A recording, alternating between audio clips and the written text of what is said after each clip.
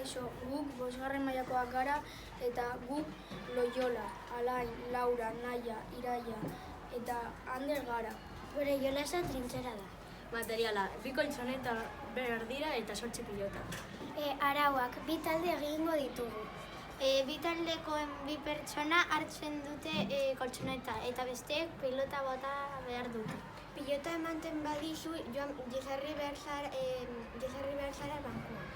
Helburua da beste taldekoei guztiei eman. Bidaia. Nire taldeko batek hartzen badu pilota airean lehenengoa pertsona dagoena jaran libratzen da. Koltsonetaren atzean bakarrik 3 pertsona egon ahal dira.